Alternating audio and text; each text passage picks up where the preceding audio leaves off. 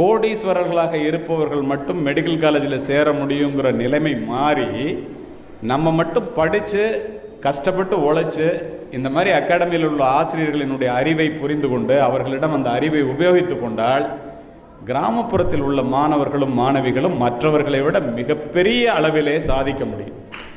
இதை நான் சும்மா சொல்லலை, உங்களுடைய திறமை என்னன்னு நீங்கள் தெரிஞ்சுக்கங்க.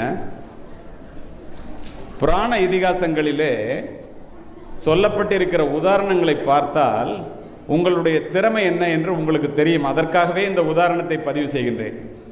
அஸ்தினாபுரம்னு ஒரு காடு, அதில் துரோணாச்சாரியார் ஆசிரியர், கௌரவர்கள் 100 பேர், பாண்டவர்கள் 5 பேர். வில் வித்தையை கற்றுக் கொடுக்கறது வாத்தியாருடைய வேலை. இதை நான் சொல்கிறது வேறு எதுக்கும் இல்லை, உங்கள் பக்கத்தில் உட்கார்ந்துருக்கிற உங்களுடைய பிள்ளைகள் எவ்வளவு அறிவாளிகள், எவ்வளவு திறமைசாலிகள் என்பதை நீங்கள் புரிந்து கொள்ள வேண்டும். கிராமப்புறத்திலிருந்து வந்த ஏழை மாணவர்கள் என்பதற்காகவே இதனை பதிவு செய்கின்றேன். உங்களுக்கு தெரியும் பாதி கதை, மீதி தெரியாது. பாதி என்ன, வில்வித்தையில் சிறந்தவன் யாருங்கிறதுக்காக துரோணாச்சாரியார் ஒரு போட்டி வைக்கிறாரு. மரத்தில் இருக்கிற பறவையை குறி வைக்க சொல்கிறாரு. ஒருத்தன் மரம் தெரியுதுங்கிறான், இன்னொருத்தன் இலை தெரியுதுங்கிறான், ஒருத்தன் கிளை தெரியுதுங்கிறான். அர்ஜுனன் மட்டும் குருவியினுடைய தலை தெரியுதுங்கிறான். ஒரே அம்புல வீழ்த்துங்கிறாரு, ஒரே அம்புல வீழ்த்திடுறான். இது உங்களுக்கு தெரியும். வில்வித்தையிலே சிறந்தவன் அர்ஜுனன் அப்படின்னு தேர்வு செய்கிறார். அவன் அரச குடும்பத்தை சேர்ந்தவன். இந்த பரிபூர்ண அகாடமியில் வந்து நீங்கள் எல்லாம் உட்காந்துருக்கிறீங்க. டெல்லி, பாம்பே, கல்கட்டா, சென்னை 12 லட்ச ரூபா 15 லட்ச ரூபா பணம் கட்டி படிக்கிறாங்க இதே பரீட்சையை. இங்கே எவ்வளவு ஃபீஸுன்னு நீங்கள் போகும்போது கேட்டுக்குங்க. இந்த இடத்துல இதை நான் ஏன் சொல்கிறேன்னா, அந்த இடத்துல இருக்கிறவங்கெல்லாம் அர்ஜுனன் மாதிரி அரச குடும்பத்தை சேர்ந்தவர்கள், நிறைய பணம் செலவு பண்ணி அந்த மாதிரி படிக்கிறாங்க. ஆனால் நீங்கள் யாருன்னு சொல்கிறேன் கேளுங்க. இந்த 105 பேரையும் அழைத்து கொண்டு அஸ்தினாபுரம் காட்டுக்குள்ளே செல்லுகின்றார் துரோணாச்சாரியார். ஒரு அம்பு 7 மரத்தை துளைத்து கொண்டு போகிறது. திரும்பி பார்க்குறாரு, அர்ஜுனன் பின்னாடி இருக்கான். யாரா இவ்வளோ வேகமாக அம்பு விடுறான், 7 மரத்தை துளைத்து கொண்டு ஒரு அம்பு போகிறதுன்னு சொல்லி அம்பு வந்த திசையிலே அத்தனை பேரும் சென்று பார்க்கின்றார்கள்.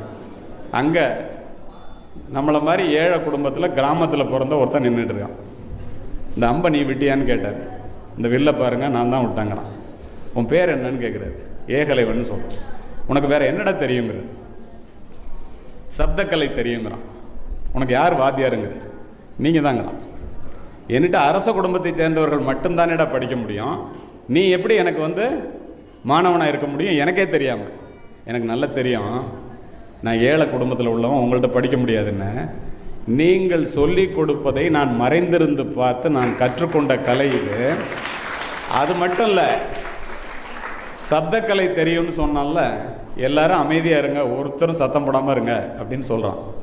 அமைதியாக இருக்கும்போது ஒரு நரி ஊழ வர்ற சத்தம் கேட்குது. நரி எங்கே இருக்குன்னு தெரியாது. சத்தம் அந்த திசையிலே அம்பு விடுகின்றான். அம்பு சென்ற திசையிலே எல்லோரும் சென்று பார்க்கின்றார்கள். இவன் விட்ட அம்பு தைத்து அந்த நரி செத்து கிடக்கிறது. அர்ஜுனன் வியந்து போகிறான். என்னன்னா, அர்ஜுனனுக்கு கண்ணுக்கு தெரியறத மட்டும்தான் அடிக்க முடியும் அரச குடும்பத்திலேருந்து வந்தவனுக்கு. எங்கே டெல்லி, பாம்பே, மெட்ராஸில் படிக்கிறவங்களுக்கு. நம்மை போன்ற ஏழை குடும்பத்திலிருந்து வருகின்ற மாணவர்கள் ஏகலைவர்கள், கண்ணுக்கு புலப்படாத இடத்திலே இருக்கின்ற நரியை கூட அடிக்கின்ற திறமைசாலிகள்.